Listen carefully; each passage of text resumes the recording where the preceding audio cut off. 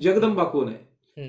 जगदंबा जर आपल्याला आपल्या आसपास जवळ पाहिजे असली, मग जसं आपल्याला कृष्ण भगवान भगवद्गीतेमध्ये सांगतात की मम वंश जीवलोके जीवभूतो सनातना मम पष्टीन इंद्रियाणी प्रकृती स्थानी कर्षती, म्हणजे अर्थात सृष्टीच्या कणाकणात मी आहे. त्याचप्रमाणे जगदंबा आहे, जळी स्थळी काष्टी पाषाणी जिथे तिथं भरून उरलेली. मग कुठे ती आई म्हणून मायेचा हात फिरवतीये, कुठे ताई म्हणून भावासाठी उदंड आयुष्य मागतीये, कुठे आयुष्यभराची जमापुंजी नातवाच्या स्वाधीन करून नातवाच्या आनंदामध्ये स्वतःचा आनंद शोधणारी नातवाची पहिली मैत्रीण म्हणजे ती आजी, ती सुद्धा एक जगदंबा आहे.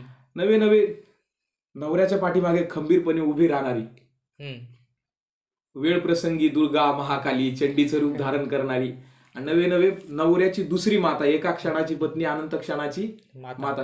जसं तुकाराम महाराज म्हणतात, शेजे सुकांता भोजनशु माता निर्णयासु मंत्री आणि कार्यासु रंभा. त्याप्रमाणे ती बायको सुद्धा एक जगदंबाच आहे. आपलं जसं आपण नजरिया ठेवतो म्हणतात ना, जशी आपली दृष्टी जशी सृष्टी.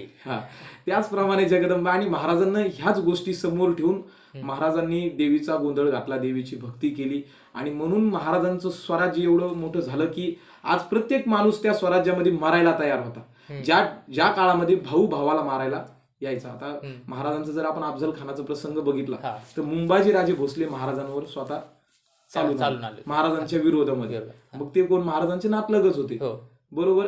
आणि त्याच काळामध्ये महाराजांना वाचवण्यासाठी बाजीप्रभू बांदल असो, इतर मावळे असो, तानाजी मालुसरे असो, महाराजांसाठी जीवाला जीव द्यायला तयार होते की राज तुम्ही गडावरती जा, तुम्ही जोपर्यंत गडावरती सुखरूप पोहोचणार नाही तोवर या बाजीचा प्राण सोडणार नाही, असे म्हणणारे बाजी. मग हे सगळं कसं घडलं? तर महाराजांची निष्ठा होती. महाराजांनी प्रत्येक स्त्रीचा सन्मान केला. आणि हा सन्मान कसा? तर महाराजांनी आई जिजाऊंच्या सांगण्यावरून प्रवृत्त होऊन, आणि आई जिजाऊला ही जगदंबेची भक्ती होती, बरोबर.